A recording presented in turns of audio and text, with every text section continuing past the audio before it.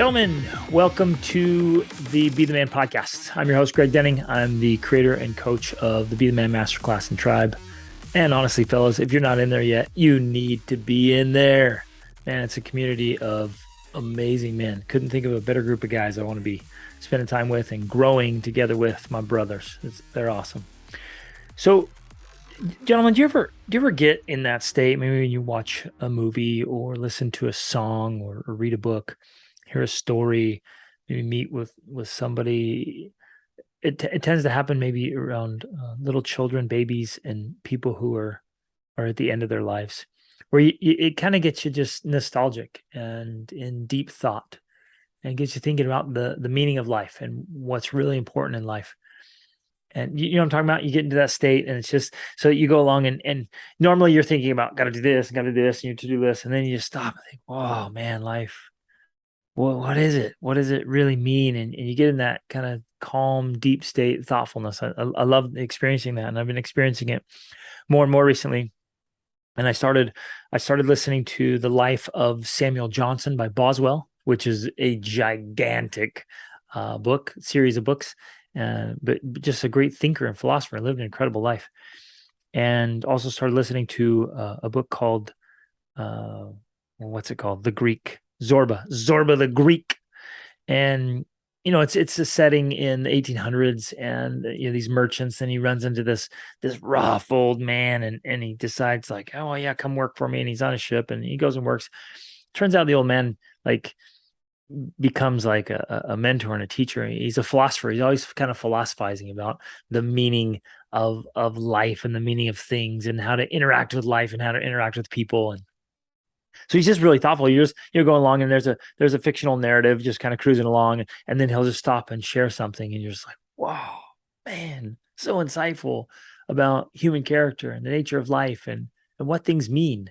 And sometimes they're not really significant things, nothing earth shattering, but you just listen, you're like, yeah, that makes a lot of sense. That is it's insightful why people do what they do, and how to engage with life, and how not to engage with life, and where people make mistakes. And so as I've been thinking about these things and thinking about the kind of and I do this a lot, right? I've always been there very thoughtful about the kind of man I want to be. I think mostly because you know my parents divorced early on, stepdads came and went, and I couldn't have articulated this when I was a kid, but I kept seeing examples of what not to do. And so I as a kid I kept thinking, I remember this, like thinking like I don't want to be like that. But that was about the extent of it. I was like, I just don't want to be like that. And then as I got into my teens and experienced more of it, I was like, man, I don't want to be like that. And so it was a whole lot of like, I was really clear about what I didn't want to do and who I did not want to be. And then I started getting clarity about, okay, well, what kind of man do I want to be? And how do I want to live my life? What works? Like what works for people? What doesn't work? And really what broke free everything for me was when I realized I'm like, it's all a choice. It's all a choice. There was a time where I really believed it was your circumstances. It was your situations. Like, well, you're born that way, or that was that's well that man, that sucks. You're just really unlucky. That just happened to you. Of course, you acted like that. But then I realized, like, no, man, we always have a choice. I think that really came from reading like Man's Search for Meaning.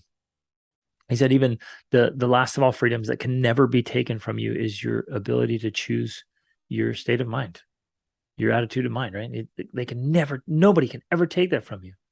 It's like, what? This is huge. I got to choose my emotions. I got to choose my reactions. I don't have to react a certain way when people do things.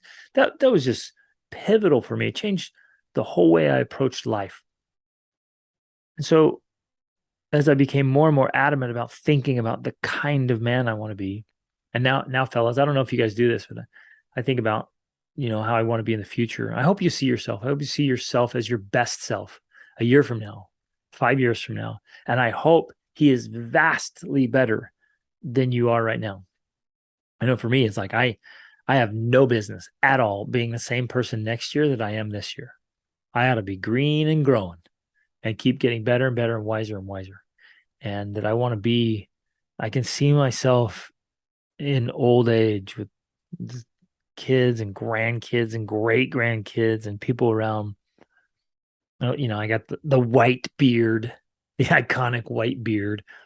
And I want to live the caliber and quality of life, gentlemen, that is such that it's worthy of being written down, that my life story is worthy of being told and retold, and that I have earned the experience of people coming and asking for advice or counsel or wisdom, right? And it's this isn't arrogant, and it's not to assuage or appeal to my ego, which we're going to be talking about, or some kind of vanity of like, oh, I want to be important or I want to be significant.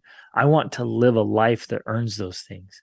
And again, that's it comes from meeting people who are doing incredible things, and from reading great books of individuals who live that kind of life. And you're like, well, no wonder they're writing books about this person. No wonder they're making movies and singing songs and writing poems. Like, no wonder.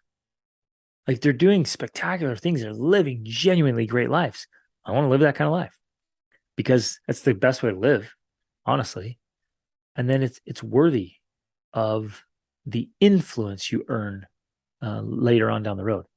Anyways, that's what I'm thinking about. But what's come up again and again and again in my journey is how much the ego gets in the way. Now, there's been a lot written about the ego, and there's lots of different definitions around the ego, and philosophers have talked about it. One definition is like it's your identity. It is self.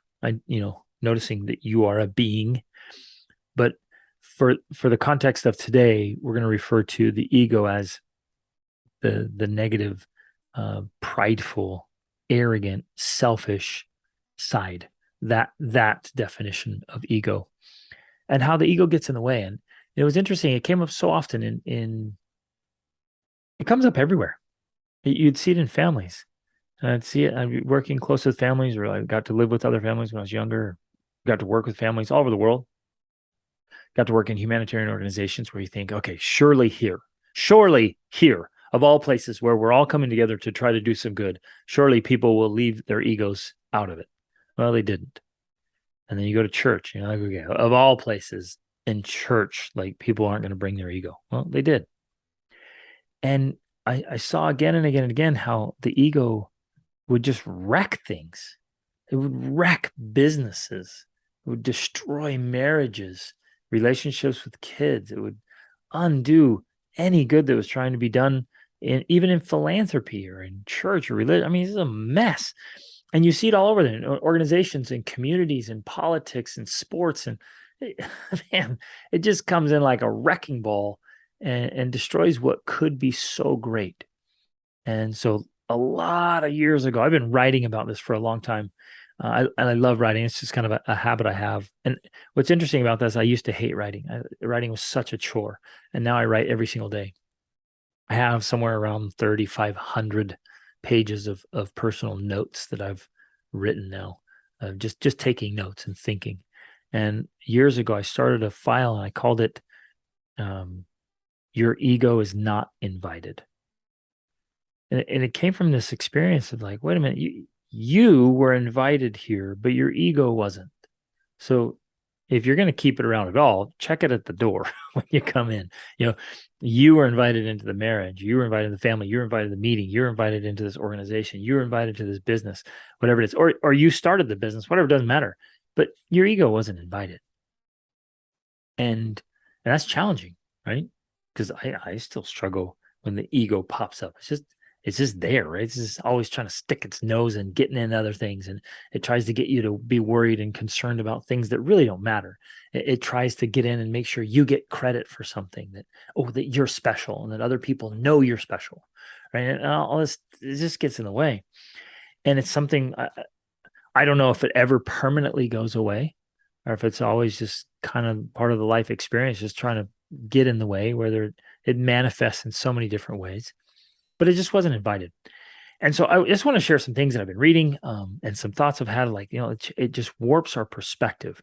And I want to bring in the allegory of Plato's cave. If you guys haven't read that, please do. It's fascinating.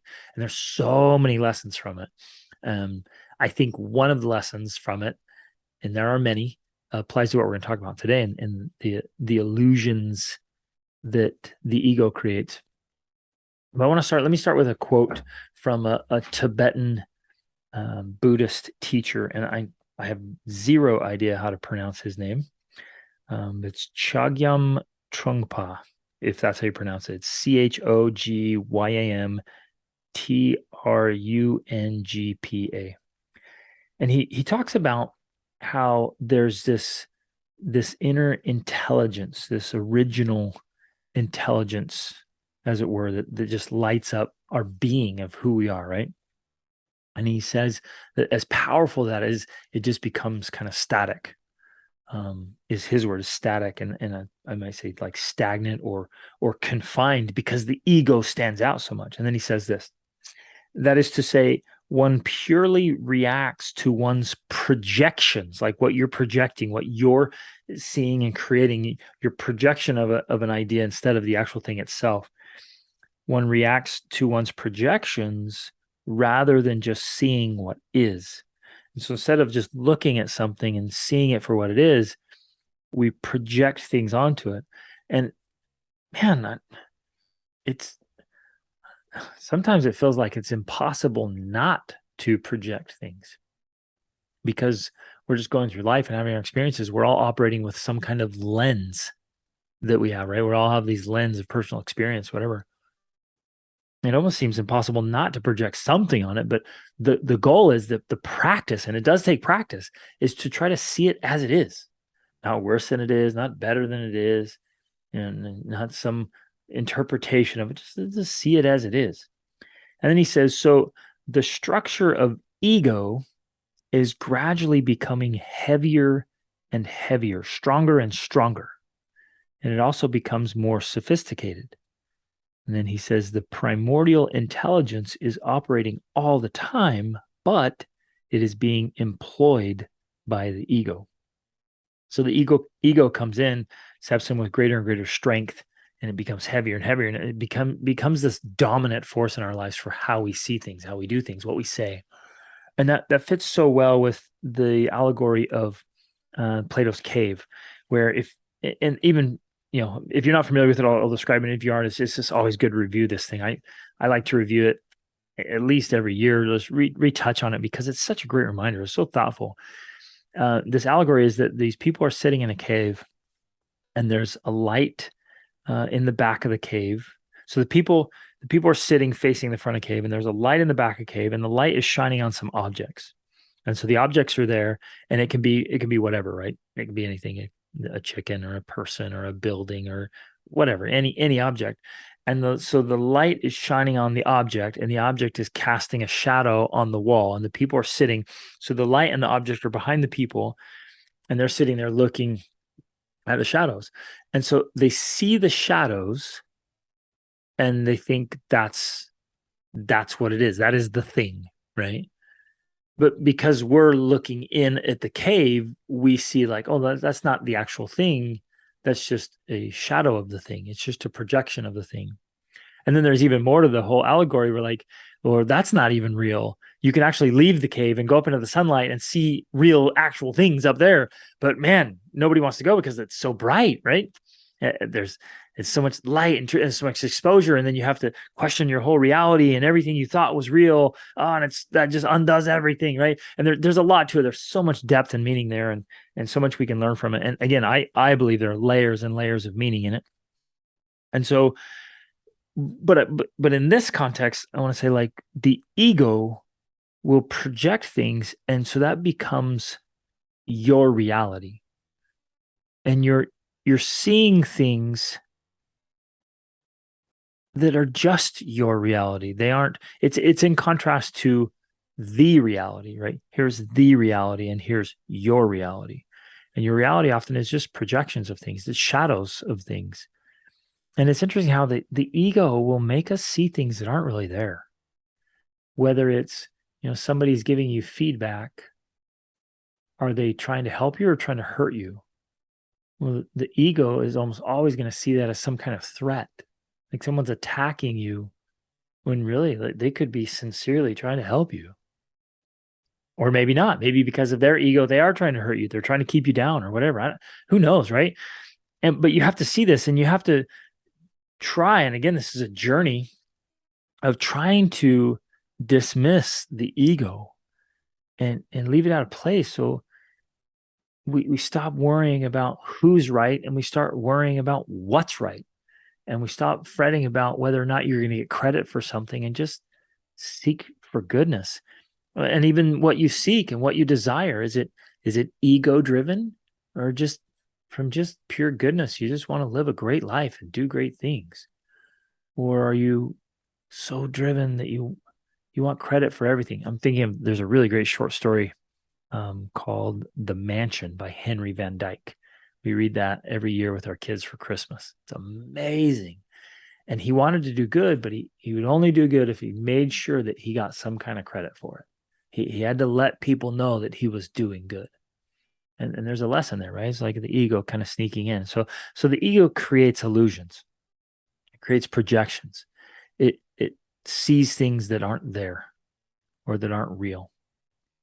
And so I just wanted to kind of walk through that and talk through that. There's an excellent book called "Ego is the Enemy" by Ryan Holiday.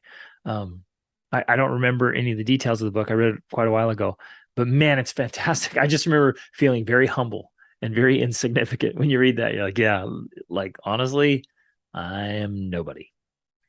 And that's true, right? In essence, like you're just dirt, man. You're just clay and mostly water, about 60% water, and then some cells and some other stuff. And you're fragile. You're just as fragile as the next guy. And your life could be over in any moment. And even if you're doing great stuff, so what? In 100 years from now, you'll be gone. And most likely people won't remember you. Isn't that incredible? And it's like nothing. But then on the other side, yeah, you're spectacular. You're amazing. You're a human being, a spirit. Like it's just awesome. Right? And I believe a child of God. And so there's so much power there, right? But we can't let the ego get in and disturb and mess things up. So I want to read a couple of paragraphs here from Catherine Thomas because I think the way she described it all is just absolutely fantastic. And I want to kind of fit this into how we can see more clearly, how we can move past seeing the shadows like in the cave and the illusions and the projections and discounting the ego, just setting them aside. And what we can do is we can go into anything, especially if we've been tempted to let our ego rise in certain situations. Maybe it's work meetings, it always comes out, or maybe it's family, maybe it's in your marriage. We're working with couples right now, and man, the ego is just the driving force in all of their interactions. You're like, guys, stop. As long as you let your ego have a place in your marriage cannot be near what it could be. It won't, and it'll probably end in disaster. And I see that all the time. Your ego has no place in your marriage, none, nor with your kids. Like there's no spot in the relationship between you and your child for the ego. And it's really not in the workplace either. People you're working with or working for, they're working for you or your clients or customers or patients or your neighbors in the community. Like there's no place for that. And if you've got some kind of deep insecurity that you feel like you have to have some kind of certification or title or badge or some kind of honor or praise or adulation to make you feel important. Well, the problem is inside. That's an inside job. And we need to work through that and overcome that. So that gets out of the way of what's really happening. And so it's worth examining why you do anything and everything you do. Is it ego driven? Has the ego been just wrecking your relationships? And examine this humbly, gentlemen. Just spend some time thinking about it today. Thanks for listening to this, by the way, and considering this. I know this is heavier stuff, right? And we're kind of wrestling with uncomfortable, difficult stuff. And most people don't. Most people aren't going to sit around listening or thinking about this. And just really sit with it and examine yourself and say, what illusions have I created? What am I seeing that's not really there? How is my reality different from actual reality? How might your reality be different from other people's reality? because this can help you understand other people too. If you can see that the ego is playing a big role in their lives, um, then you see like, okay, they're sensitive about this. It's not real, or you can examine like how your reality might be distorted from somebody else's because of your ego. But think through it. Like you stop, and I can see clearly the times when my ego is getting in the way. And it's like, man, my ego has ruined or is ruining this thing. Like just stop. Let it go. Is it some kind of partnership, some kind of interaction, whatever it is, wherever it is, like some craving of the ego to be right. Somebody one time said, if you're ever presented with the situation where you can be right or you can be kind, choose kindness. I think it was Wayne Dyer that said that. And some of you even hearing that, you're like, no, but I have to be right, or it has to be like somebody's got to say something. Not always. Is that the ego talking? Right. So it's interesting. Just examine it. And I'm not asking you to like now become a silent little, I don't say anything, I don't do anything, I have no ambition because I don't want my ego to get in the way. So it's not that. You can be humbly confident, you can be ambitious, you can be driven, you can be a force of nature, and it's great force for good. And man, you can clear paths and make things happen and do it without the ego. And when the ego kind of sneaks up and wants to stick its nose in or get a foot in the door, to say, hey, get out of here, man. You weren't invited.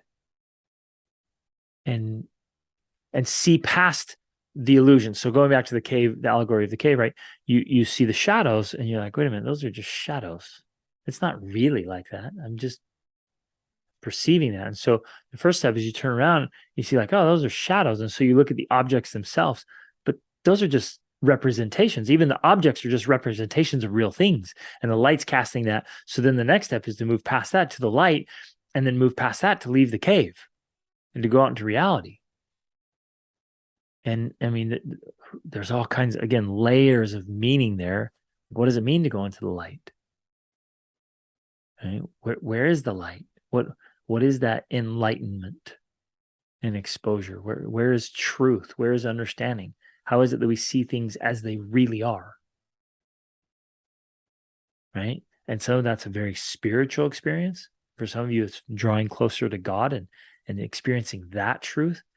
Some of it's just getting clear inside and getting rid of all the scripts that we have in our heads and the fixed mindsets and just getting rid of all that. So it's just pure intelligence operating there. And so it's just feeling the spirit and energy of spirit and of the universe, of God, and all those things. And some of it's just, it doesn't have to be, it doesn't even have to be all that spiritual. Some of it could just be like, well, let's just read from some of the greatest thinkers and leaders and writers of all time and examine their thoughts and realize where we've been seeing things that weren't there, or telling ourselves stories that aren't actually accurate or true. Right. So we're just examining all this and trying to get to a place of humility and enlightenment. All right, let me read these paragraphs from Catherine Thomas. Our main concern here is understanding and identifying within ourselves the thought world of the ego. And I love how she calls that it. There's a thought world of the ego where the ego is kind of directing what's going on. Because, she continues, it distorts our mind through a variety of ways. To give an all too familiar, though incomplete profile, the ego is vain and greedy. It's hateful and prideful. It's resentful and envious, angry and fearful, and more.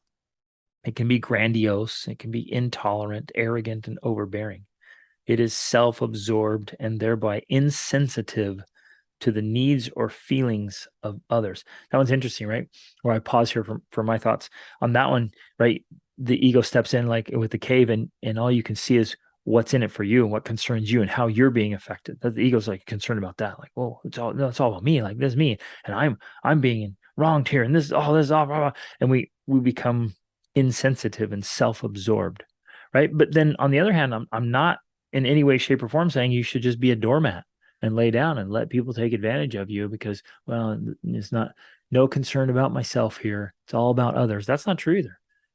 In fact, that's kind of a sly, subtle way of the ego jumping in again there, right? Really interesting. Okay, she continues. It can be brutal and remorseless. When the ego's self-esteem trips, when the ego's self-esteem trips fail to produce what it wants, a person can fall prey to apathy, hopelessness, and victimization, all ego states. It must continually have an opinion or be approving or disapproving of events and people and things, right? It's always got to step in there and share what it's seeing, creating a narrow mental world. Again, like the cave. This is so fitting with his cave. The ego mind is contracted, and we know how it acts when it finds itself frustrated over this or that, and when it doesn't get what it wants.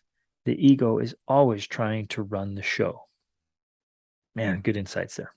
Continuing, she writes, while one labors in the inner chaos of the ego, he remains in a sort of spiritual unconsciousness or spiritual sleep so as not to see the truth about what he is doing.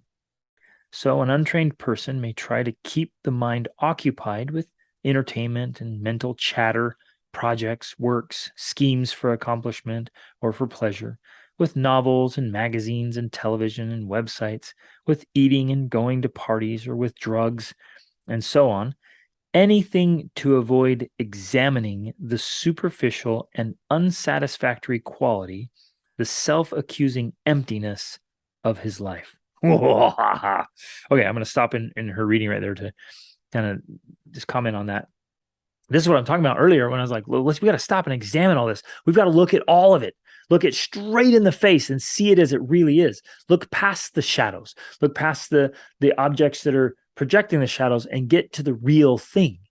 But there's some discomfort in that and some pain and process in it. And it's a journey and it's mental work. It's inside work, right? It's the inside job. It's working on the inner man. And we have to examine all the things we're doing in ways we might be numbing or buffering or avoiding. And when we start examining it closely, like she says here, you see the superficial and unsatisfactory quality, the self-accusing emptiness of his life. Right? And that, my friends, is painful to the ego. And it stings. It stings a little bit as a man too, because you're like, look, I'm better than that. And that's not an ego statement to be like, no, as my absolute best self, I'm better than that. I'm above the ego. And I'm not gonna sit around wasting my life. I'm gonna, just get this one great shot at life. I'm gonna do amazing things with it. So she continues, and then we could add the expense, energy, and anxiety dedicated to cosmetics and clothes, and all in a desperate search for esteem and approval. Of course, there is nothing wrong with most of these activities just mentioned in and of themselves. And she continues, rather, it's the way we use these activities as a form of avoidance to keep us from discovering the roots of our dissatisfaction and sorrows. These can help us to remain spiritually unconscious and asleep. And as soon as we come to see our own attachment to just staying asleep. Wow. Isn't it interesting? One last thought here from her. She says, a common, perhaps universal ego prompting is to look for self-fulfillment, quote, out there, close quote, outside oneself, for example, through seeking acceptance or praise from others and gaining power over others. All right. So, I mean, those are just some great examples and thoughts there of what's going on if the ego's driving. So I just want to throw this out there. I've been thinking about this, thinking about the caliber and quality of man I want to become and the kind of life I want to live and how I want to be remembered, not in an egotistical way of like, oh, I want to be important. I want to be remembered and thought of well, but as my absolute best self, having an impact for good, being a great force. That's my driving mission, is to be a great force for good in the world. That's it. That's what drives me. That's what motivates me. And I want to do that. But if my ego gets in the way, then I lose the power I could have to do good. And so that's when I think I want to be people to remember, because they will remember the interactions. And I want it to be from a good place. So will you with me just make some time and effort to examine all the interactions, what you do, when you do it, why you do it, and go ahead and examine all of it, like what you wear and why, and what you drive and where you live, and all those things. Again, there isn't anything inherently wrong with all that, but it's worth examining your motives. Why are you doing it? And to see past the shadows. And this takes some serious honesty and even practice of honesty, because it's not, the ego's going to want to be like, oh, no, no, no, no. And it's going to like play this game of tricks and mirrors and shadows and smoke and, rah, rah, and all this stuff. And again, just like the cave, right? Oh, no, no, this is it. This is it. Oh, okay, okay. And it's gonna try to pull that up. So it's going to take some close examination and some humility just to look at it, because I promise, fellas, this is one thing I can promise: we will all be better men with less ego, and we can set the ego aside and be willing to be who we need to be and do what we need to do and go where we need to go. If the ego's not there, right? Set the ego aside, and we'll do that stuff. And man, the joy and the fulfillment and the meaning and the excitement and the epic life you can live. Right. The thing I think most often about, I think about this all the time as I'm working with men and thinking about men, like as men, we want to have it all. We want to be the man, physically, mentally, emotionally, spiritually, socially, financially. Like there isn't any one of those like, nah, it doesn't matter. Nah, I don't want that. I don't care if I suck at that or I'm pathetic at that. We do. And I think this can be from a pure place, and ego out of the picture, from this pure place of I think a divine desire to reach for potential, to grow, to climb, to improve, to make a difference, to really live while we're alive. And so we want all of that. And those are great things. And I hope you want to be your absolute best self. And the ego, isn't this so, it's so ironic, right? Because the ego wants all this stuff, but for the wrong reasons and in the wrong ways. And the irony is that the ego can actually prevent us from having all of those things in a way that is fulfilling and meaningful and whole, instead of empty. So anyways, thanks for listening, fellas. I value your time. I value you as a human being, and it's genuinely, it is an honor that you would listen, and I take that as like a sacred responsibility. And I hope that in saying this, that we can all just examine where we're at and where we're going, and any elements we find there, and just like identify it and say, okay, you're out, buddy. Mr. Ego, you were not invited. And dismiss it, remove it, check it at the door, and maybe set alarms or alerts, or write about it each morning, especially if it's been chronic. If there's been one area in particular where it really stands out, so that's just got to stop, and be willing to totally transform yourself, become a new man. I keep thinking about that, especially in marriages. We're working with these marriages, and we're trying to help them, and it's not working, and they're in their old patterns, and they're button heads, and they're fighting, and the conflict is there. And I was like, man, if you would just completely stop and transform yourself into the better version of you. You don't have to become this totally different person, but just stop right there and become your best self. Wow, that would change everything, all the dynamics, because now all of a sudden you're like, whoa, I am now married to a totally better version of you, which forces both of them to like change and re-examine and work things out and figure it out. Well, just check the ego. Things will get so much better. So much better. So, love it. Thanks for being here. Thanks for listening. Subscribe. If you haven't subscribed to the podcast, do that. Share this with friends, family, colleagues. it would be, and the ego's like, oh yeah, they need that, or afraid. Don't share that. They'll think we're saying something. But like, share the podcast. Be a part of this mission and this message. And again, if you guys have any questions, if I can help you, serve you in any way in your life and business and the things you're pursuing, I'm happy to do that, because it's what it's all about. So love you, gentlemen. Thanks for being great men. Thanks for caring. Thanks for listening to this. It says a lot about you to listen to this and to consider it and examine your life. So let's go out. Let's all be better men. Let's dismiss the ego and live life as our best selves. Be the man.